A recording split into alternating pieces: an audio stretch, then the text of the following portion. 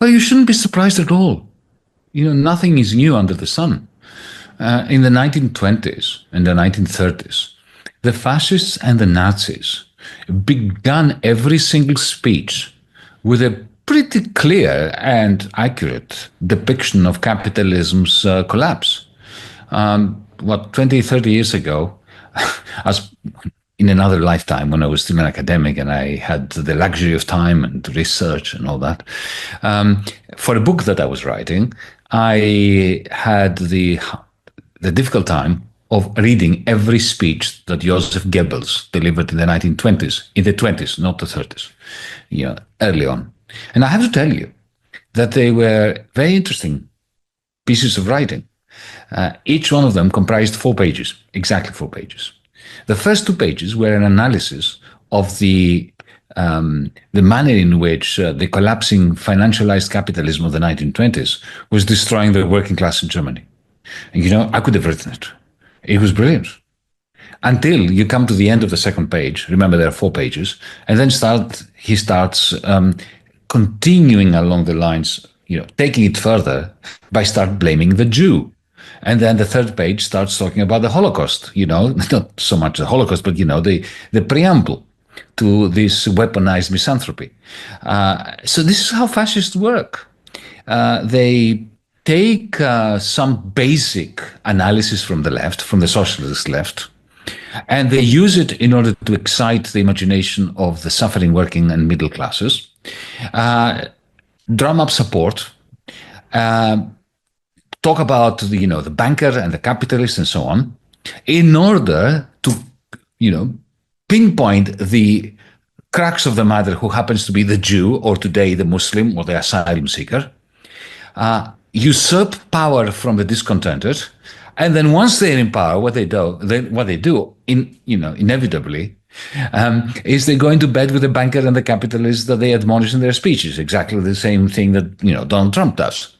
He talks about draining the swamp, Wall Street, and so on and so forth. And the first thing he did in 2017 was to appoint the CEO of Goldman Sachs as the Treasury Secretary. And today he took a hedge fund manager that was working with Joe Soros, shorting the Bank of England, to put him in that same position. So, let's not be surprised. This is the modus operandi of the fascist. Look, the problem that Britain has is this. I remember when, I moved to Britain in 1978. It was just before the winter of discontent.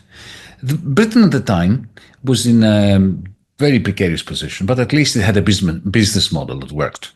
There were several quite strong industries. They were fading. They were particularly inefficient, but at least there was a business model. You had these industries. You had council houses that made sure that there was no housing crisis in Britain when I moved to Britain in the late 1970s. And then Thatcher comes in and upends all that. The Nixon shock or the Trump shock was nothing like the Thatcher shock that I experienced in your country when I lived there. What she does is, she decides to financialize the housing market. So she takes the council homes and sells them to the working class, which of course then takes a huge amount of new debt. And once the working class is financialized, it ceases to be radical. Because when you owe to the banker, then it's not easy to strike. And then at the same time, she attacks the 4 main unions, the mine workers, the steel workers, the printers, and so on, the rail workers, closes everything down. So she uses the strategy of the American generals in Vietnam who, to get rid of the Viet Cong, they burn the whole place up, the jungle, with Agent Orange. So she did the same thing. She shut down all the major industries of Britain. So suddenly you have a business model which is based simply on financialization. You have the financialization of the house. You have public utilities that are being sold to the public as part of shareholders' democracy, but in a manner that ensure that within 48 hours, all the shares that were dispersed across Britain through selling them below their market value, they were sucked up, siphoned into the City of London, and suddenly you had the big monopolies owning British Gas and so on. And that was a Ponzi scheme, because it was only financialization which was allowing Britain to increases GDP on the basis of essentially of hot air and of turning the country into a major deficit spender.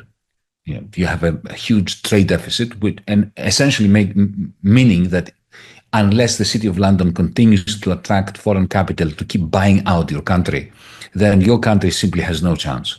Now that was a very long-term, slow-burning Ponzi scheme, and it took a Trump or some kind of calamity to make sure that ends. And so when Keir Starmer says that globalization ends, effectively what he means is that the Ponzi scheme that Thatcher built and Tony Blair built upon, turbocharged, because this is what Blair and Brown did, that is over now. But Mr. Starmer, what is the plan now? There's no plan. The plan that a Labour government should be designing, putting together and implementing should be all about converting the excessive liquidity in the financial circuits of the City of London into actual productive green investments for Britain. But Rachel Reeves is simply constitutionally, biologically incapable of conjuring up such a scheme, or even imagining that it is possible to have such a plan. It contradicts her very... Of course it does. It's all there in black and white. Read Stephen Miran's position paper. It's clear. What they want is they want to have their cake and eat it. They want to devalue the dollar without jeopardizing the exorbitant privilege of the dollar, the reserve currency status of the dollar. Is this far-fetched? No, it's not far-fetched. They may succeed in doing it. I'm not saying they will succeed in doing it, but what I'm saying is that they have a rational plan, a fiendish plan, as they would say in cartoons. But it is not, and it is not unprecedented. This is why I mentioned the 1970s, 1971. Richard Nixon did exactly the same thing. I mean, in his one of his autobiographies, I think he's written more than one, Henry Kissinger, in one of the chapters, that's from memory, I read it many years ago, he asks a question in one of the chapters. The chapter title is a question: who caused the oil crisis? And the first sentence is, we did. And he was very clear on this, that that myth that it was the Arabs and the OPEC, third world countries that imposed the high prices on America, that's all rubbish. Let's not forget who was in OPEC back then. It was the Shah of Iran, who was on the payroll of the CIA, the Suharto regime in Indonesia, utterly driven by the State Department and the CIA, Saudi Arabia, which can't move 1 inch without the okay of Washington, D.C. So why did they create this huge oil crisis then, if Kissinger is right? Why did, remember, Richard Nixon sent his Treasury Secretary to the Europeans with a message: the dollar, mates, are our currency, and from now on, it is going to be your problem. Nothing more aggressive has ever been sent to the Europeans. I don't think J.D. Vance said anything worse than that. Indeed, Paul Volcker, who much later became the president of the Federal Reserve, he was a member of that team, and he reports that it was Connolly, the Treasury Secretary, who convinced Nixon on the 15th of August of 1971 to blow up the Bretton Woods system with the following expression, and this is verbatim because it's etched in my memory when I read it. He said, "Mr. President, the foreigners are out there to screw us, and we must screw them before they screw us." And 2 days later, he blew up the Bretton Woods system. So everything you said, the major shock, the plan to devalue the dollar, the plan to enhance the dollar's hegemony, the plan to damage seriously its most important allies. Back then, it was Europe and Japan. Well, it's more or less the same now. That happened. It introduced enormous uncertainty. Lots of businesses in the United States suffered, including the markets. The working class was damaged beyond redemption. in 1971, 72, 73. Remember, American hourly real wages have not recovered to the level that they had in 1973. To this day, they are lower than they were in 1973. So you talk about uncertainty, damage, carnage, and all that. Well, Nixon did it. That was the whole point of the Nixon shock. But you know what? It was utterly successful from his perspective. Why? Because he managed to create, I'm talking about Nixon now, through his shock, something that has never happened before in human history. Every hegemon, every empire, every large force, until 1971, the British Empire, the Dutch Empire, the Spanish Empire, the Portuguese Empire, before that the Roman Empire, every such power that went from being a surplus producer to a deficit producer lost its power. The United States is the only hegemon whose power has been enhanced by its deficits, and that's due to the Nixon shock. So when Trump's men, and a small aside here, when people say that Trump is a very poor excuse for human nature, that he is inarticulate, that he is half crazy, all that applied to Nixon. Right? I mean, was there a man more despicable than Richard Nixon? And yet, the Nixon shock worked. What I find astonishingly ironic is that all these centrists around the world, in Europe, in Britain, in the United States, who are lamenting the great world that was destroyed by Donald Trump. What world are they lamenting, really? The one that was created by madman Richard Nixon's shock. Because everything we have been experiencing recently, taking for granted, globalization, neoliberalism, financialization, those were the results of a very deliberate plan by Richard Nixon. Thank you for giving me the opportunity to speak to this, but before anybody misunderstands my position, I'm not agreeing with the Trump plan. I am not endorsing it. I think it's terrible. Yeah. But what is even worse than Trump's plan is the liberal establishment's naive belief that Trump has no plan and that he's just a fool who accidentally took power from them and who believes his own rhetoric, and he thinks that tariffs will solve everything on their own, and that just like they did after Trump 1.0, when they simply sat back hoping that he would fall, and he fell as a result of COVID-19 and his utter mishandling of the pandemic. They are hoping that, again, he will go away and eventually harmony will be restored in the heavens while they return to the White House. That's not going to happen because he has a plan, and it is a rational plan. It is a well thought out plan. For me, it is a terrible plan in the sense that it works against the interests of the majority of Americans and against the interests of the majority of humanity. But we need to understand it before we fight it. And the liberal establishment are like headless chickens running around in the hope that somehow Trump is going to fail as a result of not having a plan. He's not going to have to fail because he doesn't have a plan. If he fails, he will fail because there will be people and movements that oppose him who understand his plan. So I just wanted to make this clear. No, it's important. It's an important caveat. Yeah. Okay. So what is the plan? To begin with, to understand his plan, we have to understand his main gripe, his main discontent regarding the state of the United States.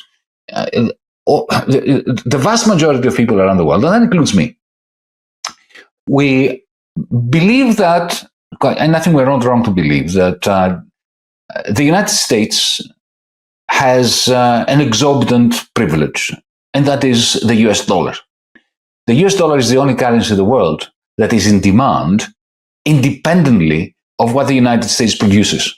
So the only reason why you want the British pound is if you want to buy something produced in Britain, or if you want to go to Britain as a visitor, as a tourist. Nobody else wants pounds, really. Maybe for speculation. Right? But I'm speaking to you from Athens. When I put gas, petrol in my motorcycle, right? Even if it is a Greek company buying petrol from a Greek or a French company that has purchased crude oil from, let's say, Libya. So there's no American corporation involved at all. That act of purchasing gas from a motorcycle increases the demand for dollars because oil is denominated in dollars. So that's exorbitant privilege of the United States. It's what allows, as I was saying before, the Germans to keep selling their net exports to the United States, the Chinese to do this, the Japanese to do it, and how this is all recycled through Wall Street, and it becomes rents for the rentier class in the United States. It becomes rents for the bankers in Wall Street, and so on and so forth. But Trump, while understanding all this and loving it, he loves the fact that the dollar has these exorbitant powers for the United States ruling class, and he's one of them. Nevertheless, he sees this exorbitant privilege also, or primarily, as an exorbitant burden. From his perspective, he's a nationalist. He doesn't like the fact that the United States can no longer build nuclear submarines because you don't have an engineering sector anymore. You're not producing enough steel. He once said back in the 80s, in 1982, 83, I saw a quote from him, that if you don't have steel, you don't have a country. And America is not producing steel anymore in any substantial quantities. It's China primarily, and also Germany. So for him, this exorbitant privilege, which he adores, comes with the exorbitant burden of effectively shrinking the United States. But then he has also an economic theory behind it, which leads him to conclude that this exorbitant privilege is not going to last long, that carnage will come to the United States. And I don't think he's wrong on this. His argument is this. Now, why does the United States have such a large trade deficit vis-a-vis Germany, Japan, China, and so on? Why is it that the market doesn't work? Because if Paul Krugman and all the other liberal establishment economists were right, that markets work to equilibrate through demand and supply prices, interest rates, and exchange rates, the dollar should have fallen because America has a trade deficit. Every country that has a trade deficit, its currency comes down. But why is the dollar not coming down? Because it has this exorbitant privilege, because people want it for other reasons. But from the perspective of Trump's team, not just Trump, but he has a team of economists around him who are not dodos, who are, quite smart. They may be evil, but they are smart. And what they realize is that that's their thinking, that's their analysis, that the reason why the dollar is not coming down is because the central banks of the foreign countries, of foreigners, foreign central banks, hoard dollars. Now, why do they hoard dollars? Because dollar is the reserve currency. So when Germany sells cars to the United States, you have all these dollars going back to Germany. And what happens with these dollars? The vast majority of them, the dollars that are not returned by Mercedes-Benz to New York, they are hoarded by the Central Bank of Europe. Similarly, by the Bank of England, by the Bank of Switzerland, by the Bank of Sweden, by the Bank of Japan, by the Bank of China, increasingly. Right? $3 trillion is held by the Central Bank of Japan. $3,000 billion. That's not to be scoffed at. And why do they hold these dollars? Why don't they convert them into their own currency in order to increase economic activity? Because this is how they preserve their currency at low levels. Donald Trump, the American dollar, and China. What to watch for during 2025? Donald Trump wants to boost exports, to bring American jobs back to the United States, and to shrink the American trade deficit. For that, he needs a lower value of the dollar. For that, he needs a weaker dollar. But at the same time, Donald Trump wants a strong dollar, and he will not brook any discussion of ending the exorbitant privilege, the centrality, the hegemony, the dominance of the American dollar in international transactions. Can Donald Trump possibly have both? Donald Trump's first problem is that the tariffs that he has invested so much political capital in introducing, announcing, and advocating for will most likely boost the value of the dollar. Why? Primarily because every time there is global uncertainty, whenever there is a problem that emanates from the United States, whether that was the 2008 crisis or whatever crisis there is a paradoxical rush of foreign money into the United States, boosting the dollar. So if Trump's tariffs create global uncertainty, the likely outcome will be an increased value of the dollar. And that's his first problem, because if his tariffs succeed in creating a lot of consternation across the world, in China, in the European Union, in Britain, the result will be that even if imports initially shrink as a result of these large tariffs, the influx of money into the United States of capital is going to boost the value of the dollar, therefore countering whatever effects the tariffs had on limiting imports and enhancing American exports. Donald Trump's second problem is that if he proceeds with his very large tax cuts, especially for corporations and the oligarchs and the very rich in the United States, this is also going to attract into the United States foreign capital. And what will that do? Boost the value of the dollar, and therefore enhance the gap between American savings and investment, with investment being much greater than savings, which is a root cause of the American trade deficit. Trump's third problem is the exorbitant privilege of the United States dollar. It is the reason why every time there is a crisis, especially one emanating from within the United States, the dollar goes up and the US trade deficit gets worse, especially during periods of reduced demand, jobs, and employment within the United States. So if Donald Trump were serious about shrinking the American trade deficit, he would want to do away with the exorbitant privilege of the United States dollar. But of course, not only will he never allow himself to do that, because his best friends, his tribe, are the rentiers and the financiers, who will be aghast if the United States loses the exorbitant privilege of its dollar. It is highly unlikely that Donald Trump will want to be the first American president after the Second World War that loses the hegemonic power of the United States by losing the exorbitant privilege of the United States dollar. Some argue, and I think they do have a point, that maybe what he's trying to do, what Donald Trump is trying to do, is he is threatening the world, China and the European Union in particular, with very large tariffs in order to come to an arrangement with them to accept a depreciation of the Chinese yuan, of the euro, of competing currencies, in order for the United States to see its exports rise and its imports diminish.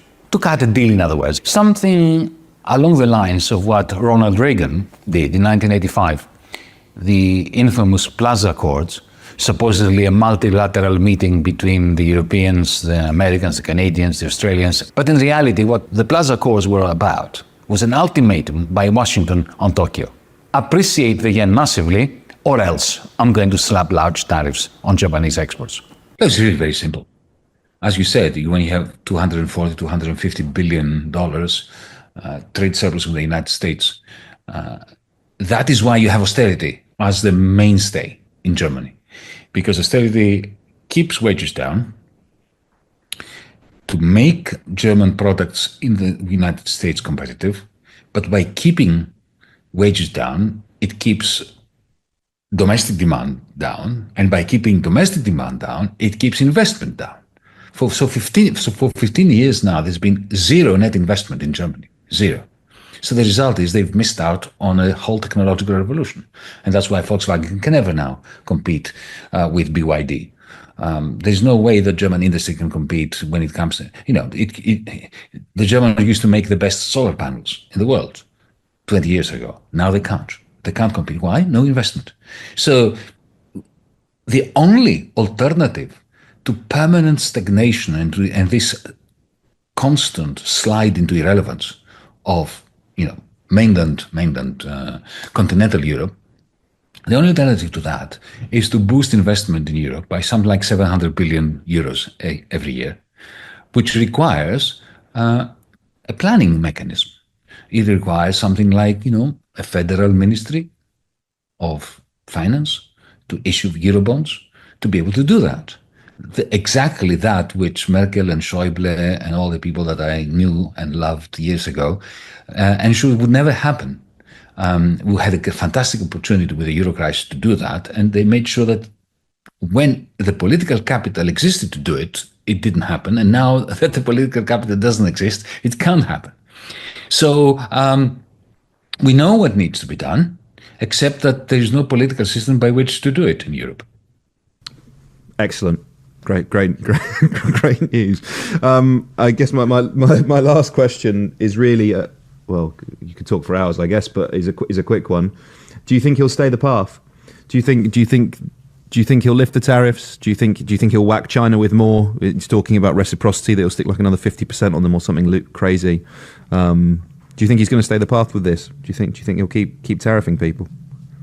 I do not pretend to understand the workings of the Donald's mind, but what I do know is that there is no way that he's going to recoil into the corner and say, I'm sorry for the 2nd of April, it wasn't Liberation Day, let's take this back. No, I think that he's going to continue. Look, the United States has gigantic powers of recovery. It is a closed economy. Its connection to the rest of the world may be significant, but it's not that large. It can recover very quickly. The Chinese, on the other hand, are equally versatile. They have developed a massive internal market. They now have only about 18% of their exports go to the United States. Even if they lose half of it, they can replenish it. They can replenish it primarily by boosting demand domestically, which I think now they have decided to do. So, more or less, I think the United States and China will be okay. The rest of us, that's a different story. A different story for another day. Number of things that need to be unpacked from your question. Look, the first thing to remember is that his shotgun has 2 barrels. The first barrel shot already these massive tariffs. But there is a second barrel, which he hasn't shot yet. And that contains a cartridge full of exorbitant tax cuts for fat cats. I will not be surprised, and nor should our audience be surprised, if when he shoots that second barrel, that second cartridge, the markets are going to go through another bout of irrational exuberance and triumph, recovering, and then, they will be mates again. Look, as far as the Mar-a-Lago Accord is concerned, well, it was Stephen Miranda that coined that term. I don't believe that something's... By the way, let's unpack this for our audience. It harks back to something that happened in 1985, when Ronald Reagan was president, another Republican, who decided at some point that enough was enough. The American trade deficit, which was fined by the Republicans and the Democrats after the 1970s. This was the new business model after the end of Bretton Woods, after the United States ceased being a surplus country, because in the first 2 decades after the war, America was a surplus country. They were selling us a lot more than they were buying from us. And that was the basis of the golden age of capitalism, the period of the Bretton Woods system, where we had fixed exchange rates. I mean, think about it. The pound and the dollar had the same exchange rate day in, day out, year in, year out. You had interest rates fixed at around 5%, year in, year out. It was a very steady, constant and stable world, as long as the Americans had surpluses. Then when they stopped having surpluses, Richard Nixon blew the whole thing up. And he did it for a very simple reason. Once you have deficits, either you go German, in other words, you tighten your belt, you go Austerian, big time, like the Germans would do, or they made us do. And Nixon was not prepared to do that to his own people and to his own ruling class, to his own country. Or you boost your deficits if you are the dominant hegemonic power, which is exactly what Nixon did, and you make other people pay for it. So essentially the American deficit becomes the magnet that magnetizes into the United States both the net exports of the Germans, the Japanese, and the Chinese, and their money, which goes to New York, to Wall Street, to get recycled in the form of government debt, shares, and real estate. But at some point, by the mid-1980s, the Japanese in particular had become so accumulative when it came to all the dollars that they were accumulating